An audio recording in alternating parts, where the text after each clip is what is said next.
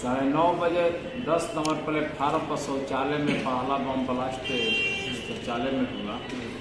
ये बगल वाला है, इसी में लाइन में मार के फेंक दिया गया था। उस समय हम हॉस्पिटल में थे, भर्ती हुआ। पेट से 3 दिन के बाद होश आया। होश आने के बाद भी हम अपना सुरक्षा के पाकिस्तान से भी धमकी आया और ऑफर भी पैसा के भी आया था 50 लाख, 25 से 50 तक हमको ऑफर आ गया। आगे मतलब गवाह बदल दीजिए, पैसा आपको दिया जाएगा। देने के लिए तैयार है, लेकिन एनआई ने पैसा लिया है। हम आज भी कहेंगे कि एनआई ईडी ने पैसा लिया है करोड़ों रुपया, तब तो हमारा गवाही नहीं हो रहा है। गवाही हम आज भी देने के लिए तैयार ये है डीएम जीएम से कि हमको आवास मिलना चाहिए और एक लड़का को नौकरी और राष्ट्रपति गारंटी रिवार्ड हमको मिलना चाहिए। प्रधानमंत्री से भी आग्रह है और रेल मंत्री से भी आग्रह है कि हमको आज कुछ भी हो जाएगा, चाहे बॉडीगार्ड में रात में जाए, मान दे आज रात में 10 बजे छोड़ कर जाता है, उसको भी कुछ होता है, चाहे हमको यदि आज यहाँ गोली चाहे जो भी लग जाए तो इसकी जिम्मेवारी डीएम से कॉल आता है, पाकिस्तान से धमकियां आती है इनको कि मार दिया जाएगा या फिर सेटलमेंट करने के पैसे की बात आती है। सोचिए ऐसे व्यक्ति को सुरक्षा देना चाहिए।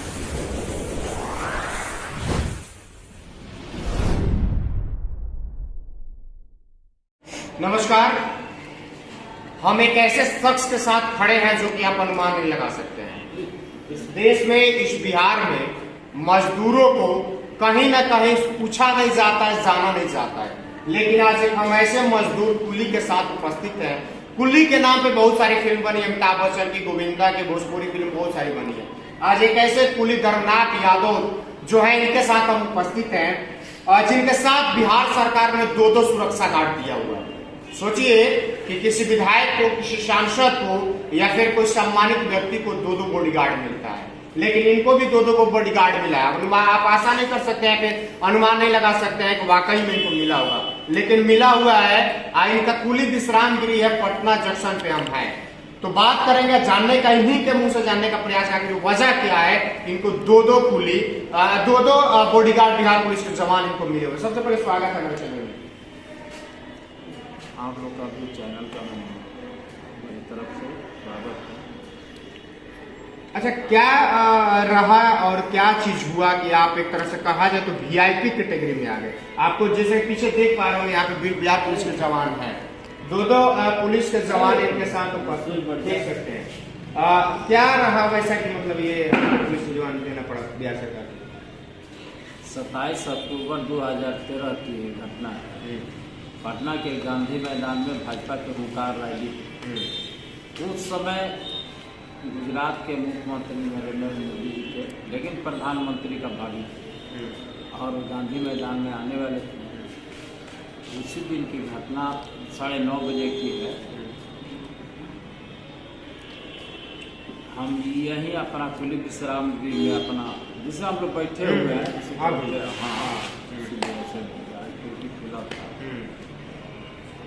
9:30 बजे 10 नंबर प्लेटफार्म पर शौचालय में पहला बम ब्लास्ट शौचालय में हुआ। ये बगल वाला है, इसी में तो हम यहीं बैठे हुए थे तो देखे शौचालय से धुआं निकल रहा है। तब अपना एक डंडा निकाले और यहाँ से दौड़ कर गेट दरवाजे पर गए। वहाँ पर आदमी भाग भी रहा था, लेकिन ये कहा गया कि दरवाज़ा खोला और बॉल किया। हमको शंका हुआ कि इसमें है। तो उस समय फिर हमारे एक जीआरपी का जवान था, अशोक कुमार मुखर्जी उसका नाम था, उसको भी हम बुलाए। वो बेचारा आया, हम लोग दोनों आदमी मिलकर जाके मतलब दरवाज़ा खुलवाया और निकाले उसको। और निकलने के बाद उससे पूछा गया कि एक घायल जो व्यक्ति था तुम्हारे साथ है कि नहीं है, लेकिन हम लोग 15-20 मिनट तक पूछताछ किया, नहीं बताया। इतना देरी में हमारे पास आरपीएफ के इंस्पेक्टर राजेश लाल जी आ गए और आने के बाद उनके हाथ में मैं थमा दिया और हम लोग आदेश दे दिए कि मतलब एम्बुलेंस लाने के लिए कि यहाँ जो घायल व्यक्ति है उसको उठा के हम लेने के बाद अपना हम वहाँ से फिर अपना आके रूम में अपना जो भी काम था अपना काम में गए। और उसके बाद शाम के अपना जो भी बम दस्ता भी जो इम्ताज अंसारी को मैं पकड़ा, उसके पास 3 शक्तिशाली बम था। वो चाहता था हम लोग को उड़ा दिया जाता, लेकिन फिर अपना शाम को दिल्ली से बम दस्ता आया, 12 बजे रात में डिस्पोजल हुआ। डिस्पोजल होने के बाद फिर FIR आप जो भी करना था GRP में जो किया गया। हमको बुलाहट हुई, वहाँ पर हम गए तो यहाँ पर हमको जब्ती सूची और सीजर लिस्ट का मेन गवाह भी हूँ। तो मैं उसी समय चला कि मैं पकड़ा हूँ और गवाह भी हूँ, मुख्य गवाह है। मुख्य गवाह है। हाँ, उसी दिन से हम अपना सुरक्षा का भी मांग अपना रखा कि हमको सुरक्षा मिलना चाहिए। सुरक्षा हम अपना कागज पत्र अपना जो भी था दौड़ाते रहे, अपना रिसीव कराते रहे। लेकिन 16 में हमारी घटना हुई। 16 में यही 10 नंबर प्लेटफार्म पर 11 बजे की घटना है, रात को। हमको फिर लाइन मार के फेंक दिया गया था। उस समय हम हॉस्पिटल में थे, भर्ती हुआ। पेट से 3 दिन के बाद होश आया। होश आने के बाद भी हम अपना सुरक्षा के अपना गुहार लगाने लगे। अपना जो भी कार्य प्रधानमंत्री गृह मंत्रालय हमको नहीं मिला, तो फिर हाई कोर्ट का दरवाज़ा खटखटाया और हाई कोर्ट से पहला हमको GRP में सुरक्षा हमको, और उसके बाद हमारा पाकिस्तान से भी धमकी आया और ऑफर भी पैसा के भी आया था 50 लाख, 25 से 50 तक हमको ऑफर आ गया। आगे मतलब गवाह बदल दीजिए, पैसा आपको दिया जाएगा। लेकिन उसमें हमें बोला कि पैसा करना है, मकसद तो आपको दीजिएगा, मतलब तो अच्छा काम किए हैं। तो फिर हम देखा कि पूछे कि कहाँ से किया, तो हमसे बॉम्बे का नाम दिया था। लेकिन हम फिर उसको गाली दिए कि तुम पाकिस्तान से फोन किया था। उसके बाद हम पटना जंक्शन पर रहते हैं, पैसा देना है तो यहाँ आ के पैसा दो। लेकिन नहीं आया, चाहे जो भी अपना। उसके बाद अपना फिर हमने अपना कागज पत्र अपना प्रधानमंत्री गृह मंत्री जो भी प्रक्रिया है हर जगह अपना हम कागज देते हैं। हमको 18 में प्रधानमंत्री का ऐसे गृह मंत्रालय से भी कागज आया, मतलब 4 कागज आ गया।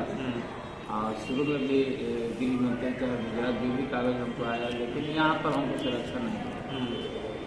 18 में आया तो यहाँ का मुख्य सचिव दीपक बाबू थे, वह सुरक्षा समिति में अपने से पास किए। लेकिन यहाँ सुरक्षा समिति में पास करने के बाद सीनियर SP और रेल SP हमको सुरक्षा नहीं दी। तब भी अपना हम NI कोर्ट में भी अपना कंप्लेन करते रहे कि हम गवाही देंगे, गवाही भी नहीं दिया गया। तो गवाही अपना रिजेक्ट कराकर NI और विजिलेंस और IB के ऊपर अपना केस दायर हाई कोर्ट में किया। अच्छा, विजिलेंस IB सबके ऊपर केस? ID भी जैसे कि 4 हमारा सुरक्षा मतलब गृह मंत्रालय से पास घर तक सिपाही और ID वाला कोई रोक के रखा आज तक। हम सबके ऊपर FIR किए हैं हाई कोर्ट में। और गवाही NI इसमें पैसा लिया है, गवाही हम जब देने के लिए तैयार है, हाई कोर्ट में शपथ भी कह के देते हैं कोर्ट साहब रिजेक्ट कर। लेकिन NI ने नहीं हमारा लिया तो रिजेक्ट करा के तब हाई कोर्ट में केस किया। तो हम गवाही देने के लिए तैयार है, लेकिन NI ने पैसा लिया है। हम आज भी कहेंगे कि NI ED ने पैसा लिया है करोड़ों रुपया, तब तो हमारा गवाही नहीं हो रहा है। और गवाही हम आज भी देने के लिए तैयार है। तो सुन सकते हैं धर्मनाथ जी आज भी गवाही देने के लिए तैयार, लेकिन INA हुआ या फिर आपका ED हुआ, इनका साफ तौर पे आरोप है कि करोड़ों रुपए लेकर के हमसे गवाही नहीं दे रहा है, जबकि ये गवाही देने के लिए तैयार है कि कैसे क्या घटना हुआ था नहीं हुआ था। इस पे कहने का आपने लिखित आवेदन नहीं दिया गृह मंत्री को, प्रधानमंत्री को, कैसे ऐसा? कितना कागज तो कवर दे दिए, लेकिन मांग अब किए हैं DRM GM से कि हमको आवास मिलना चाहिए और एक लड़का को नौकरी और राष्ट्रपति गारंटी रिवार्ड हमको मिलना चाहिए। प्रधानमंत्री से भी आग्रह है और रेल मंत्री से भी आग्रह है कि हमको मिलना चाहिए। और ये DRM GM से भी हम अपना रिसीव करा लिए हैं डिमांड। यदि हमको कुछ होता है, यहाँ देखिए इसी में हम रहते हैं, दिखा दीजिए, यही कुलीगिरी है, इसी में ही रहते हैं। इसके चलते बोडीगार्ड ये आवास यदि नहीं देते हैं, हमारा रात में बोडीगार्ड सुरक्षा चले जाते हैं।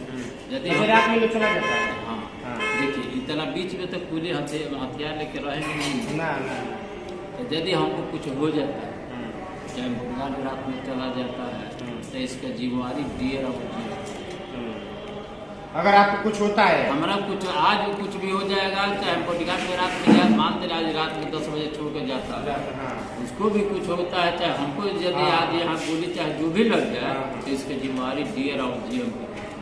सुन सकते हैं साफ तौर पे इनका आरोप है। और मैं अपील करता हूं कि माननीय रेल मंत्री अश्विनी वैष्णव जी और कहीं ना कहीं देश की राष्ट्रपति एक महिला है, इनको सम्मानित करना चाहिए वैसे शुभ अवसर पे, क्योंकि इन्होंने बड़ा काम किया हुआ है। शायद वो घटना शायद गांधी मैदान में होता तो जिस समय आज प्रधानमंत्री जो है नरेंद्र मोदी उस समय कहीं ना उस समय मुख्यमंत्री थे और भावी प्रधानमंत्री के दावेदार थे, गांधी मैदान में आने वाले थे, और जिस प्रकार से अगर क्रियाकलाप होता तो आज शायद वो स्थिति नहीं होती। और सोच सकते हैं आप, अनुमान इस तरह का लगा सकते हैं। तो इसीलिए इनको सुरक्षा देना चाहिए, इनके परिवार की सुरक्षा की बात है। और इनका मांग है कि इनके बेटे को सरकारी नौकरी मिले, इनको सरकारी आवास मिले, और इनकी सुरक्षा में कहीं ना कहीं अगर कुछ हो जाता है तो इसकी पूरी जिम्मेदारी यहाँ के GRM और GM की होगी, साफ तौर पे इनका कहना है। तो ये निर्णय अब कहीं ना कहीं उन लोग कर रहा है, बहादुरी के लिए इनाम दिया जाता है, और इन्होंने बहुत बड़ा बहादुरी का काम किया है। आज इनकी जान को खतरा है, लेकिन उस जान के खतरा को शायद ये सरकार नहीं समझ रही है, रेल प्रशासन नहीं समझ रहा है। समझता तो जो इनकी मांग है वो पूरी कर देता और इनकी गवाही करवा देता। गवाही इनकी होनी चाहिए, गवाही की ये बार बार मांग कर रहे हैं कि हमारी गवाही हो, और ये गवाही देने के लिए आज भी तैयार है। तो चलिए कमेंट करके बताइए, क्या वाकई में इस तरह की सेवा, क्योंकि देशभक्त कहा जाता है कि जो बॉर्डर पे वही नहीं है, ये लोग भी सेवक है। किसी का भार, किसी का सामान उठाना इनका सेवा नहीं है, ये कहीं ना सेवा की है। बगल में ये जो शौचालय है इसमें विस्फोट हुआ था, उसके बाद इन्होंने पकड़ा और सेवा किया, जिसके कहीं ना कहीं इनाम इनको मिलना चाहिए, लेकिन इनाम न मिलके आज भी इनके जान को खतरा है। पाकिस्तान से कॉल आता है, पाकिस्तान से धमकियां आती हैं इनको कि मार दिया जाएगा, या फिर सेटलमेंट करने के पैसे की बात आती है। सोचिए, ऐसे व्यक्ति को सुरक्षा देना चाहिए, वाकई में देना चाहिए, ताकि इनको भी अपनी जान माल की सुरक्षा बनी रहनी चाहिए। चलिए कमेंट करके बताइए, क्या वाकई में ऐसे लोगों को सुरक्षा देश में होनी चाहिए या फिर नहीं होनी चाहिए। जय हिंद।